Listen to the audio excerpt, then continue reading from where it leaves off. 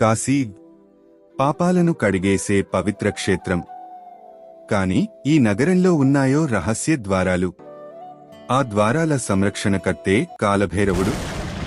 ఈరోజు మనం తెలుసుకుందాం కాలభైరవుని శక్తి, రహస్య గేట్ల మహత్యం మరియు ఈ ద్వారాల వెనుక ఉన్న సనాతన ధర్మ బోధనలు.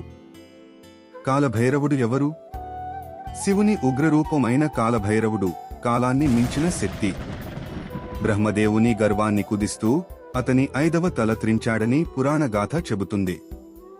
ఈ రూపానికి ఒక ముఖ్యమైన బాధ్యత ఉంది: కాశీలో ప్రవేశించే మరియు బయటకు వెళ్లే జీవుల కర్మ తాళాలు సంరక్షించడం. కాలభైరవుని ద్వారాలు అంటే ఏమిటి? కాశీలో 8 భైరవ ద్వారాలు ఉన్నాయని చెప్పబడుతుంది.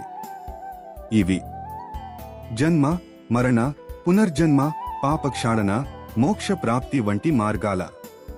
ప్రతి ద్వారం ఒక ప్రత్యేక భైరవ రూపానికి సంబంధించినది. ఈ ద్వారాలు అనుచితంగా అందుబాటులో ఉండవు.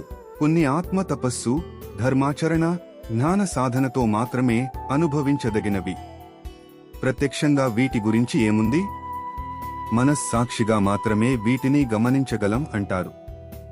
కాశీలోని ప్రధానమైన కాలభైరవ మందిరం దగ్గర అనేక యోగులు ధ్యానంలో ఈ మార్గాన్ని తిలకించారని పండితులు చెబుతారు. ఇవి ఫిజికల్ ద్వారాలు కాకపోయినా ఆధ్యాత్మిక మార్గాలు. కాలభైరవుని రహస్య ద్వారాలు మనలోనే ఉన్నాయి. అవి తెరుచుకునేది ధర్మాచరణ ద్వారానే.